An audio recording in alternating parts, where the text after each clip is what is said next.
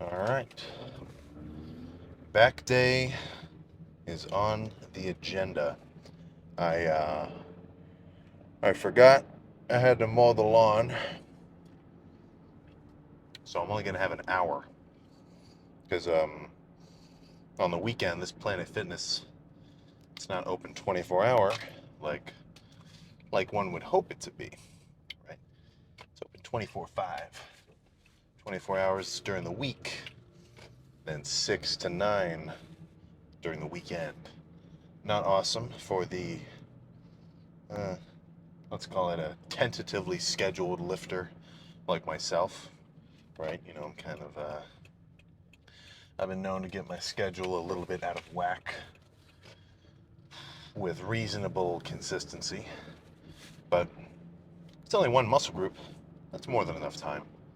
I always say this, well, let's just break down rest periods in general. Every lift, I just splice between sets. I don't really show me sitting, taking a breath in between, but really all I end up doing is I probably sit maybe a minute, minute and a half in between my usual working sets.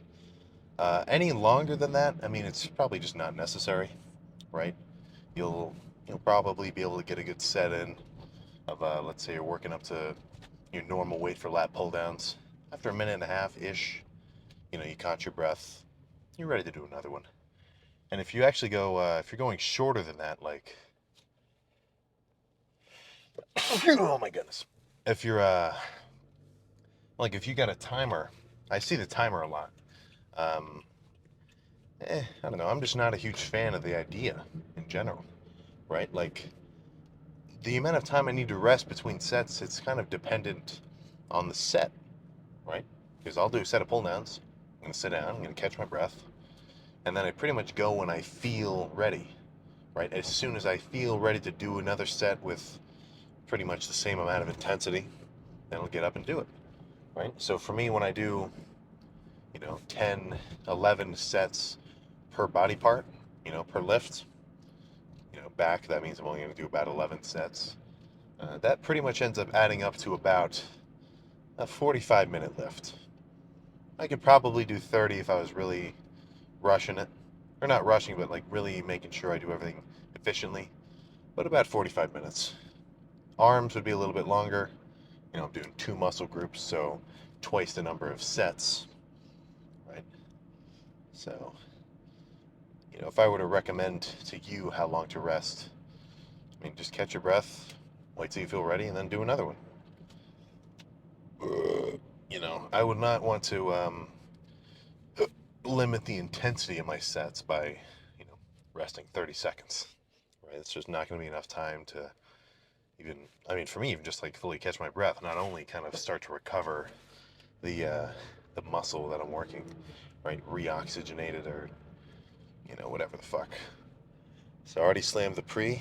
I, I got nothing else to say. Let's just get in there and get some kind of pulling motion started. I'm not going to jerry rig an extra plate onto the stack. The whole stack will be heavy enough. I'll just do more so of like controlled reps. As long as you're doing a heavy weight, you can make the set hard. I'm typically just a little bit more so biased to want to push the weight as high as possible. But I'm going to sit here for at least half the lift, probably 5, 6 sets. Nothing fancy either.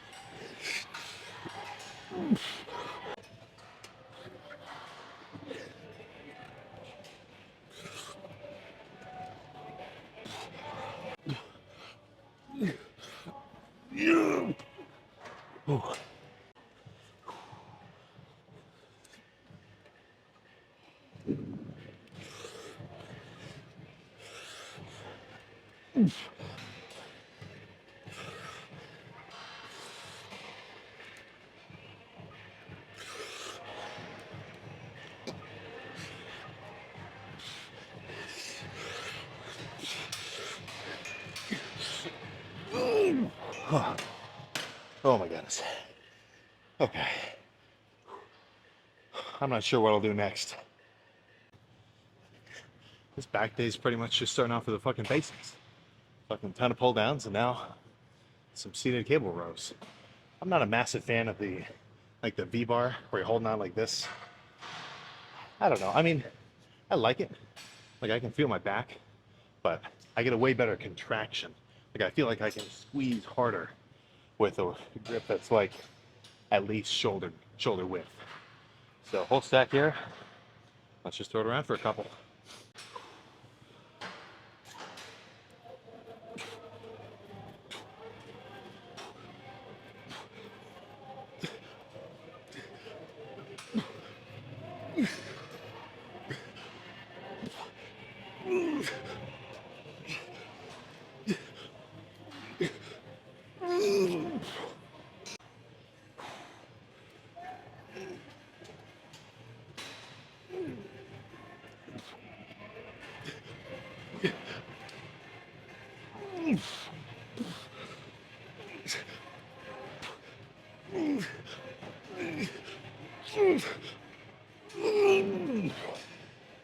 Oh crap. Whew. Let's do some single arm pullovers. I feel like I've done most of the heavy stuff, right? You know, when I basically describe my lifts, it's heavy compound-ish movements in the beginning, and then lighter squeezing movements towards the end, right? I'm trying to finish off the pump. So for me, I say this every back day, I don't like pullovers with a rope or like a V-bar or straight bar. Like, I just can't flex it at the bottom, it's hard. So what I do is instead of doing both at once, I'll just do one at a time. You know, I'll put my arm up on this upright. Pretty much feel like I'm trying to sheath a sword into my hip and seriously try to just burn at the lats. So moderate weight, I mean 42 pounds on the cable stack, whatever that means. I'll do at least 2 of these, and if they feel good, I might just finish off the lift with all 3. So let's just get this started.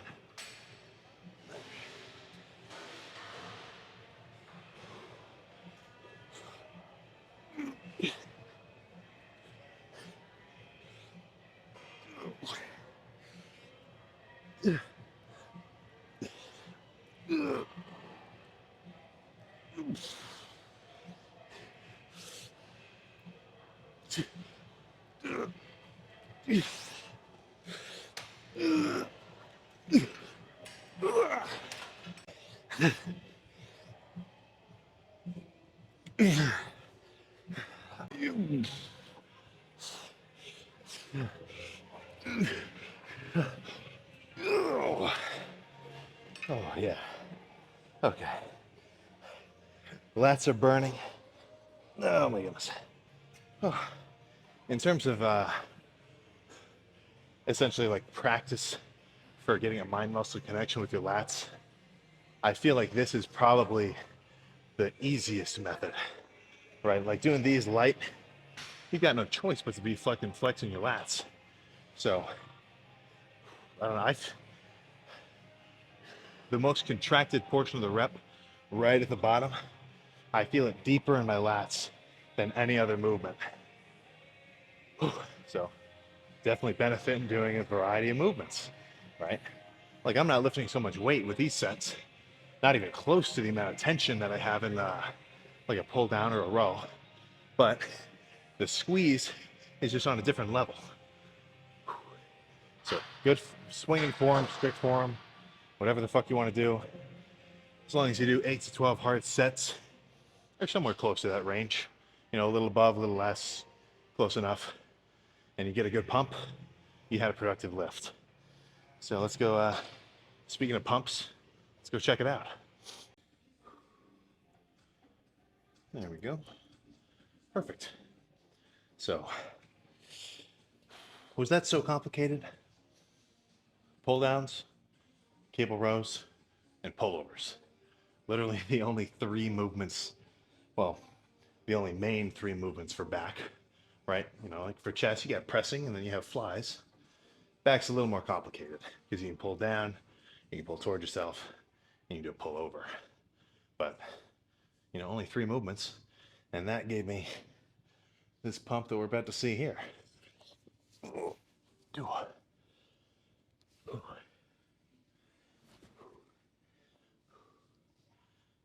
It's in a little bit of a rush to get here, so I didn't make the cluster dextrin shake. I'm gonna have to do that when I get home. So let's see what we're working with pump wise.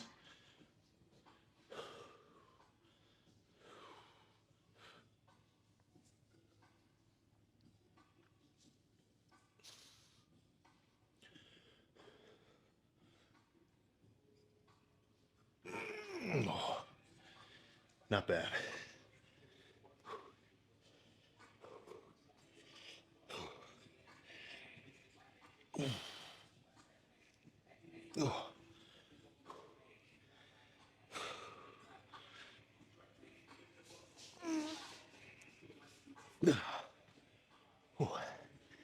I'll have to review those, but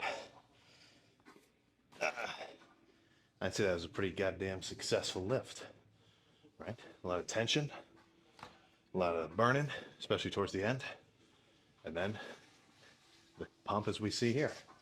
So, nothing else to say. Let's just go get in the freaking car.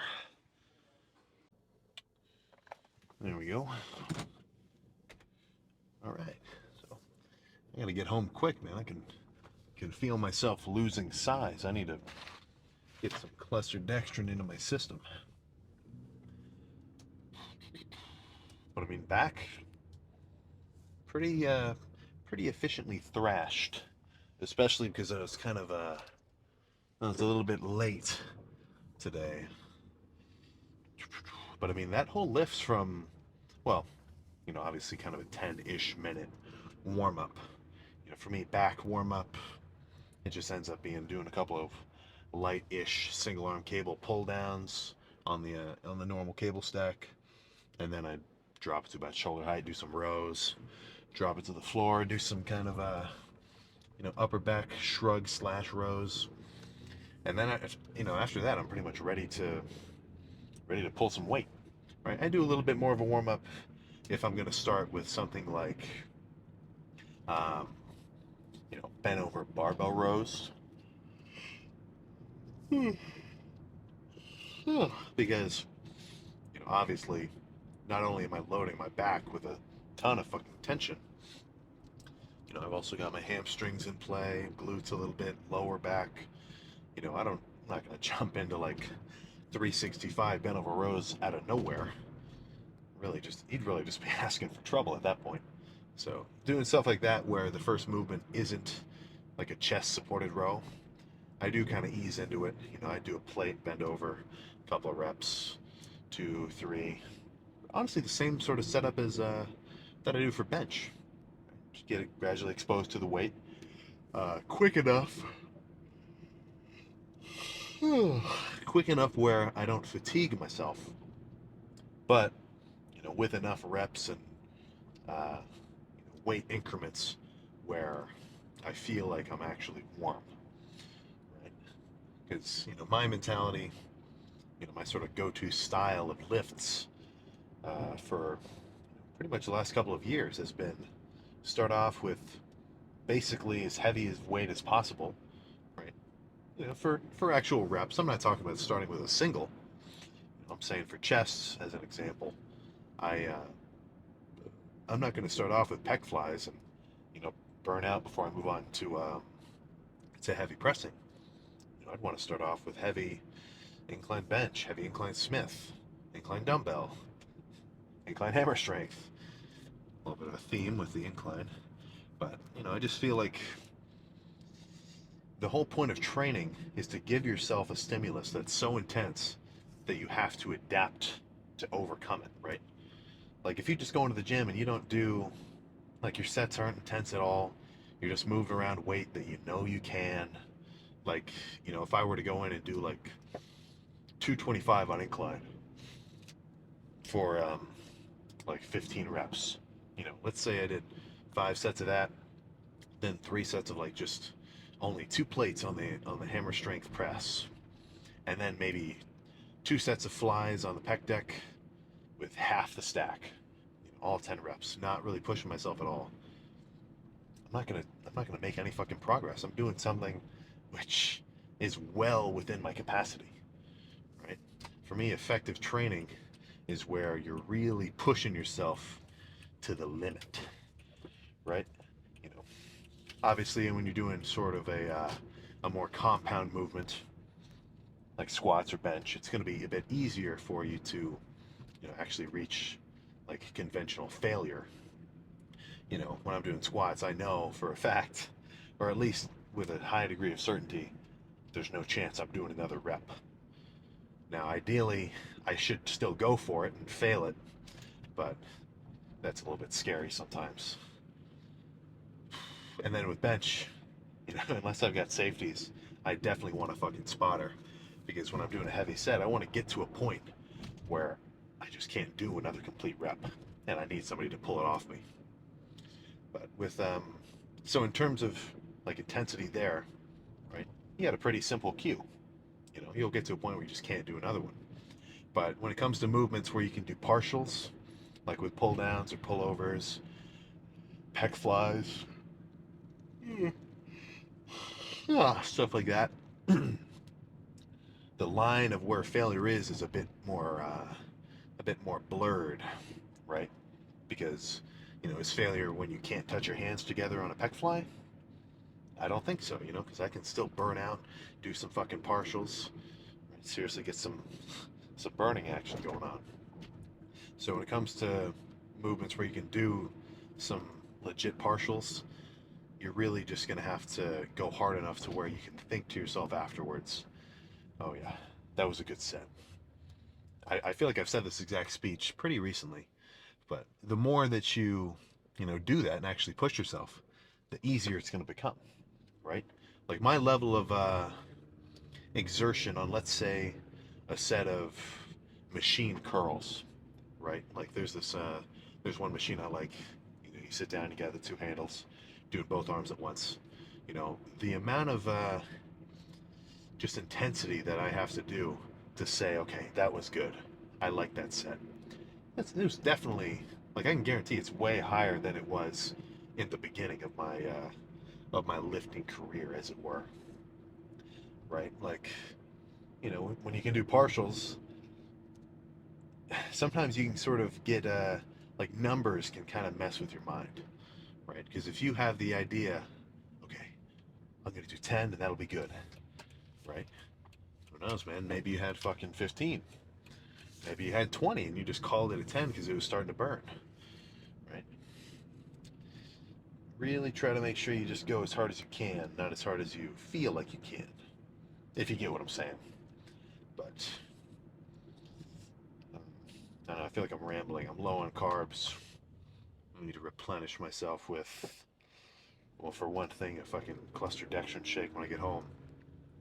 But that'll be just a quick pit stop before a caniac, 3 extra tenders, and 2 extra pieces of bread.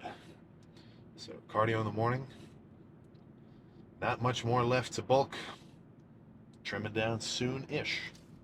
So I will see you next time.